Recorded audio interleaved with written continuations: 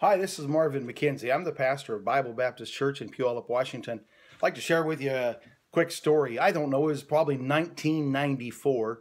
I was taking my family up the Oregon coast, driving up Highway 101 on the Oregon coast, and we stopped in a small restaurant near a place called Otter Crest. And we went into the restaurant, and my eye was caught by an old newspaper article that was framed and hanging on the wall, and there was an old picture of a rock formation into the ocean that was stretching out into the ocean, and the rock formation did look like an elephant. It looked like a large elephant, and so I read the article, and here's what's going on in the article. This rock formation that looked like an elephant went back to an old Indian legend. The Indians said that what had happened is the Great Spirit had been in a battle with the fire demon, and that in order to protect the forest from the fire demon, that the Great Spirit had employed this mammoth elephant to suck up water from the ocean and to spray it on the trees to protect them from the fire demon. And after the victory was won, and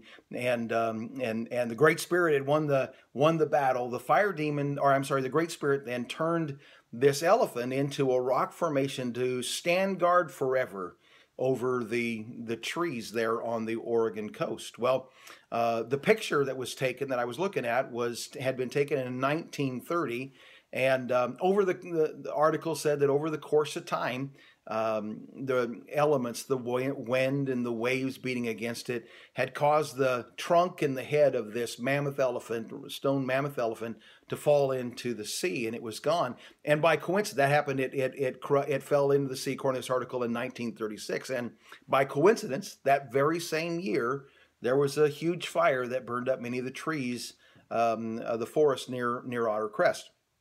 Now, I was interested, though, in the fact that, because I thought the article was fantastic, and so I began asking people in the restaurant, locals, people that lived there in and around Otter Crest and that were at that restaurant, I began asking them where this rock formation had been, and so I wanted to see if there was a way to catch a glimpse of what remained of this old rock formation.